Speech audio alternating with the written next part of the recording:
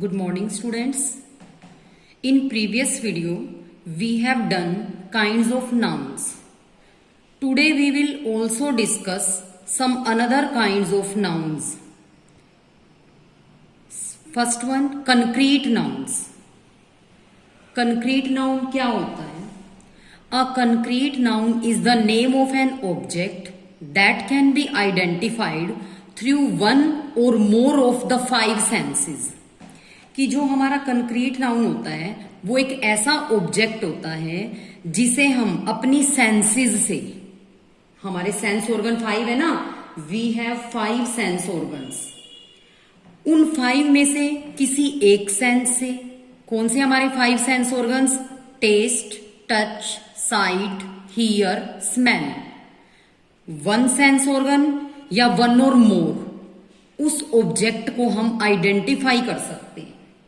So we can say that concrete nouns denote things that have some physical form which can be identified through our senses.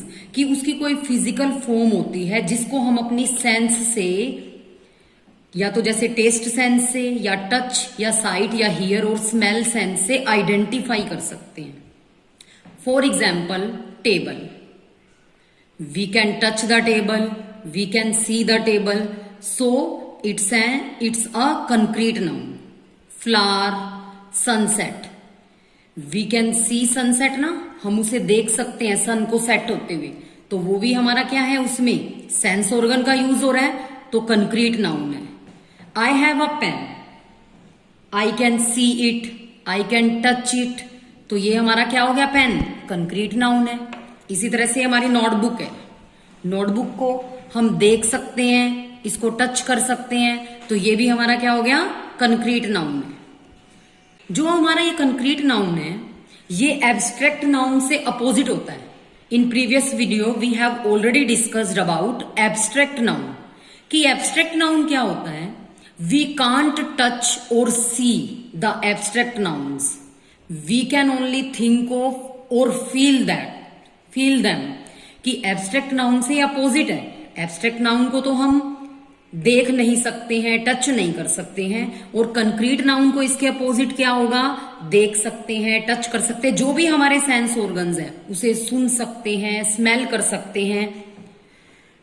Countable noun and uncountables noun, जैसा कि इसके name से ही हमें समझ आ रहा है. Countable noun का मतलब जो हमारी थिंग्स या पर्सन काउंटेबल है, गिना जा सकता है जिसे.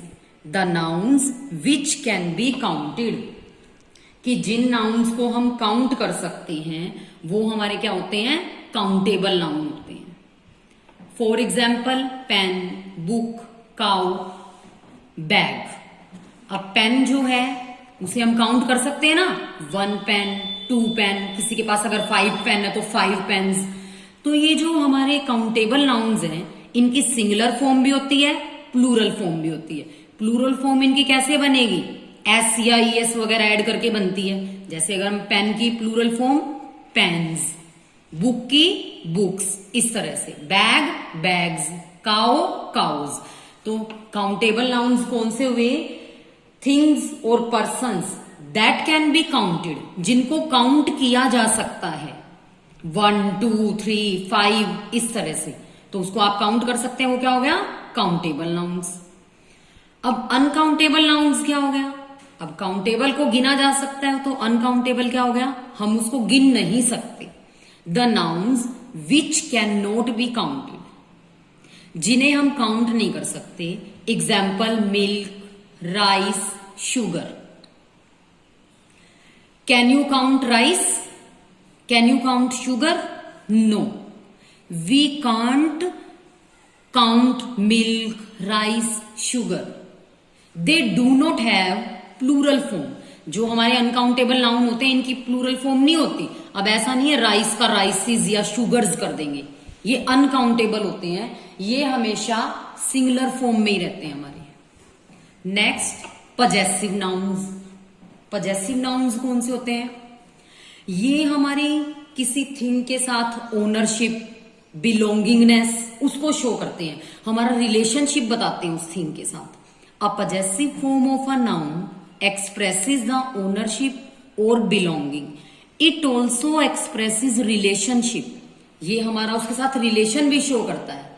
फॉर एग्जाम्पल, अगर हमें कहना हो कि प्रिया की मदर, तो क्या हो गया? प्रियाज मदर. तो प्रिया का मदर के साथ रिलेशनशिप शो कर रहा है इस तरह से. या एग्जाम्पल देखिए, दिस इज जॉन्स बैग. अब ये जो अपोस्ट्रोफी लगा हुआ है, ये अपोस्ट्रोफ होता है. अपोस्ट्रोफी एस इसके साथ ऐड है. अपोस्ट्रोफी का मतलब क्या होता है? का, ऑफ को शो करता है.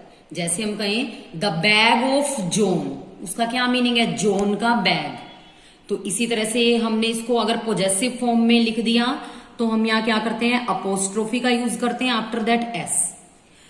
हमेशा जो एस एंडिंग है उनके लिए अलग रूल्स है. पॉजेसिव फॉर्म बनाने के लिए सिंगुलर के लिए अलग होता है, प्लूरल के लिए अलग है. प्लूरल अगर एस एंडेड नहीं है तब अलग रूल है. In the chapter of noun case we will discuss in detail about those rules. This is John's bag, इसका मतलब क्या हुआ? यह है जॉन का बैग है. ये जो हमारा अपोस्ट्रोफी है ये उस थिंग के साथ हमारी पोजेशन की, वो हमारी चीज है, उसके साथ हम उस पे हमारा ओनर अधिकार है, उस थिंग या पर्सन के साथ हमारी क्या बिलोंगिंगनेस है, इसको शो करता है. जो हमारा पॉजेसिव केस होता है वो क्या आंसर देता है? क्या क्वेश्चन पुट करते हैं हम? Whose. We will put the question from whose. Whose bag, answer क्या आया? John's bag. तो जो हुज का आंसर देगा कि बैग किससे बिलोंग करता है? जॉन से, वो हमारा क्या होता है? Possessive noun. Have you seen James car. अब ये एस एंडिंग नेम है, इसमें अपोस्ट्रोफी ओनली भी यूज हो सकता है, अपोस्ट्रोफी एस भी, क्योंकि ये प्लूरल नहीं है. Both form will be right. I have already told you we will discuss those rules in the chapter of noun case. तो अब हमें समझ आ गया ना पॉजेसिव नाउन क्या होता है, कि जो हमारे उस थिंग के साथ ओनरशिप है, हमारे से वो चीज कैसे रिलेटेड है उसको शो करेगा. कोई थिंग का हमारे साथ रिलेशनशिप है, पर्सन का है. Next, compound nouns. Compound nouns क्या होते हैं? A compound noun is a noun that is formed from two और मोर वर्ड्स. कंपाउंड का मीनिंग ही क्या हो गया? एक से ज्यादा, दो या और भी वर्ड्स ऐड हो सकते हैं उसमें. तो कंपाउंड नाउन आप किसको कहेंगे? अ noun that is made with two और मोर वर्ड्स, जो दो या दो से ज्यादा वर्ड्स से बना है. For example, football. अब फुट, बॉल, ये दो अलग अलग वर्ड है. अब वहां पे फुट का और बॉल का मीनिंग अलग होगा. अब ये हमारा इकट्ठा ज्वाइन हो गया, इसका मीनिंग भी चेंज हो सकता है. फुटबॉल अब क्या हो गया? पैर से खेलने वाली बॉल. ठीक है ना. समटाइम्स क्या होता है, ऑलमोस्ट नाउन्स जो होते हैं compound are written as one word. वो वन वर्ड में लिखते हैं, जैसे football, bedroom, bathroom, toothpaste. But sometimes they can be written with hyphen और स्पेसिस. हम उसको हाइफन का यूज करके या बीच में स्पेस यूज करके भी राइट डाउन कर सकते हैं. जैसे फादर इन लॉ, बीच में ये सिंबल जो है ना, ये हाइफन का सिंबल है. Mother in law, son in law, daughter in law. अब स्पेस देके कैसे लिखते हैं? Lower class. अब लोअर अलग लिख दिया, क्लास अलग.